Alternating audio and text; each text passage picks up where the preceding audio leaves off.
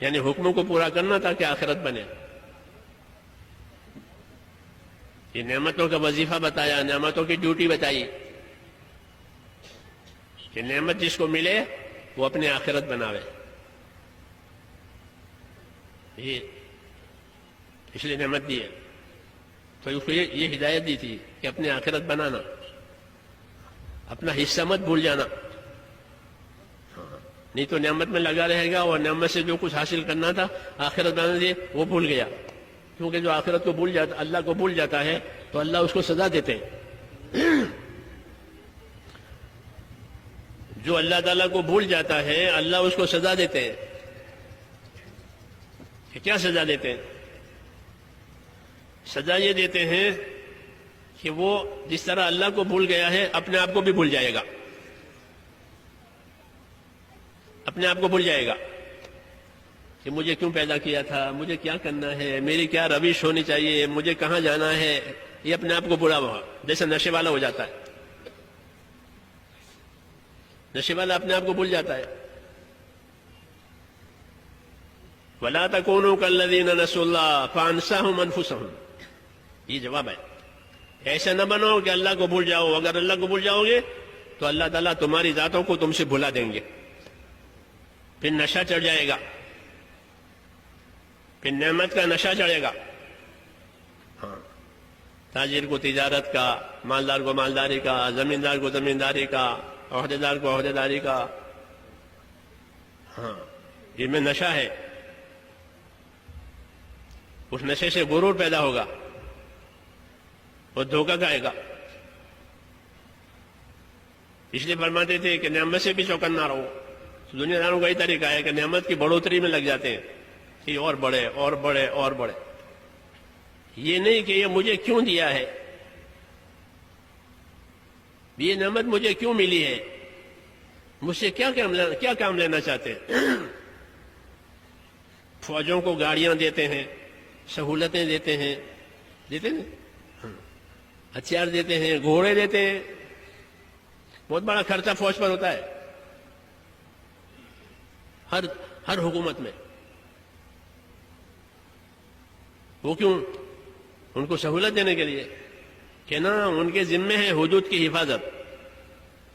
اس حدود کی حفاظت کے لیے سارا سامان ان کو دیا ہے. انہیں شکار کرنے کے لیے گھوڑے نہیں دیے ہیں، انہیں بندوق شکار کرنے کے لیے نہیں دی ہے، یہ ہوا کھانے کے لیے نہیں دی ہے، کچھ کام کے لیے دی ہے. ایسے ہی بندوں کو اللہ تعالیٰ کی نعمتیں، خاص کر کے ایمان والوں کو، کہ ایمان والوں کو اللہ کی نعمتیں ایمان کے کام کے لیے دی ہے. ان کے ذمے دنیا میں ایمان کا کام ہے. ایمان کے حدود، ایمان کی سرحدیں، ایمان کے حقوق، اس کی حفاظت کرانے کے لیے ان کو یہ دیا ہے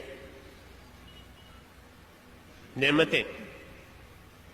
تو میں کہہ رہا کہ دنیا والوں کا طریقہ نعمت کے بارے میں یہ ہے کہ وہ بڑھتی رہے ہاں، اور اس سے اپنی خواہشیں پوری کرتے رہیں. جی ہاں، یہ. اور نبیوں کا طریقہ نعمتوں کے بارے میں کیا ہے؟ کہ نبیوں کا طریقہ نعمتوں کے بارے میں یہ ہے کہ وہ نعمتوں کی بھی قدر کرتے ہیں اور نعمت کے ساتھ ساتھ نعمت دینے والے کی شکر گزاری بھی کرتے ہیں. کہ نعمتوں کو وہاں خرچ کریں گے جہاں نعمت دینے والا راضی ہو جاوے. یہ نبیوں کا طریقہ ہے کہ مجھے نعمت دی ہے اللہ نے تو میں اپنی نعمت سے اللہ تعالیٰ کو راضی کروں گا. یہ نبیوں کا طریقہ. جسے اللہ تعالیٰ نے قارون سے فرمایا وَابْتَغِ فِيمَا آتَاكَ اللَّهُ الدَّارَ الْآخِرَةَ. ہم نے نعمت دی آخرت بنا لے. کچھ نہیں بنائی تو آخرت بھی گئی اور دنیا بھی گئی. یہ خالی قارون کے لیے نہیں ہے، یہ سب کے لیے ہے. قرآن میں اس لیے نازل ہو، قیامت تک پڑھا جائے گا. یہ قیامت تک رہبری ہے قرآن پاک کی. تو نبیوں کا طریقہ نعمتوں کے بارے میں یہ ہے کہ جو نعمت ملے اس نعمت سے نعمت دینے والے کو راضی کرنا ہے. اس کی توفیق مانگتے ہیں کہ اللہ اس نعمت سے میں تجھ کو راضی کر لوں. مسنون دعاؤں میں دعا مانگی ہے. جو دعائیں حضور صلی اللہ علیہ وسلم کی مسنون آئی ہیں اس میں بہت رہبریاں ہیں. خالی وہ دعا نہیں ہے، بہت رہبری ہے کہ نعمت میں کیا کرنا چاہیے.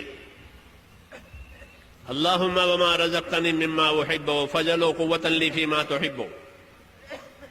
یہ دعا مانگیے کہ وہ چیز جو آپ نے مجھے میرے من پسند دی ہے تو آپ کا احسان ہے کہ جو مجھے من پسند تھی وہ چیز ملی.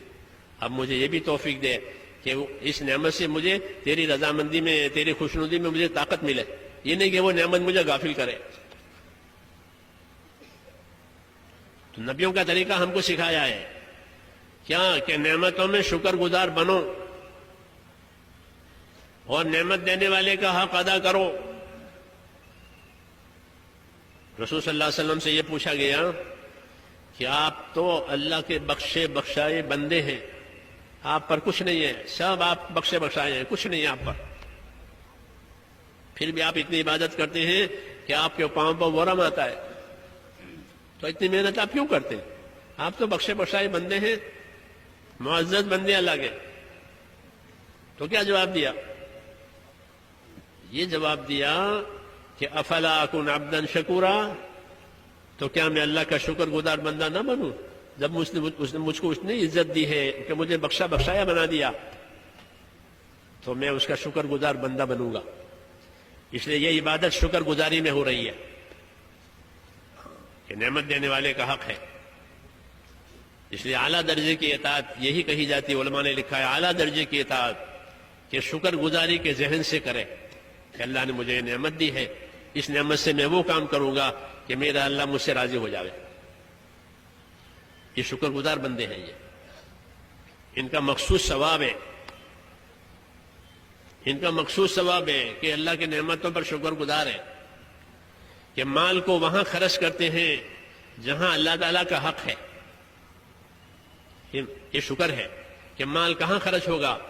کہ مال وہاں خرچ ہوگا جہاں اللہ تعالیٰ کا حق ہے, یا جہاں اللہ نے کسی کا حق بتایا ہے کہ مال وہاں خرچ ہوگا.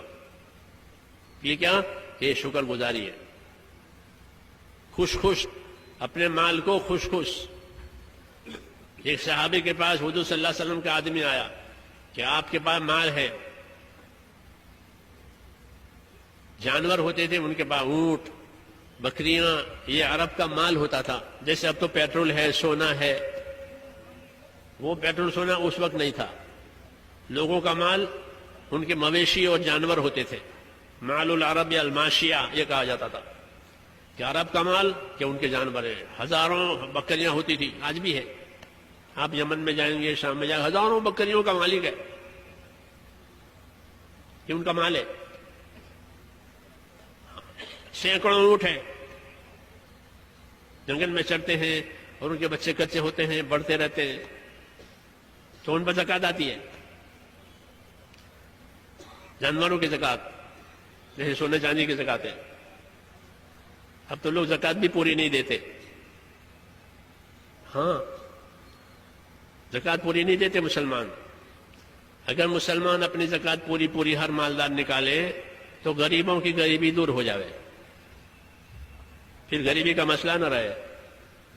غریبوں کی غربت کے لیے جتنی حاجت تھی اتنی حاجت اللہ نے واجب کی ہے. ہاں, اتنی حاجت اللہ نے واجب کی ہے, لیکن پوری زکوٰۃ نہیں دیتے. حضور صلی اللہ علیہ وسلم زکوٰۃ دینے کی دعوت دیتے تھے. اس لیے خالی دعوت 5 کاموں کی مت سمجھو. 5 کام, یہ 5 کام تو الف با تا ہے. ہاں, یہ تو الف با تا پرائمری, آگے ہے فائنل.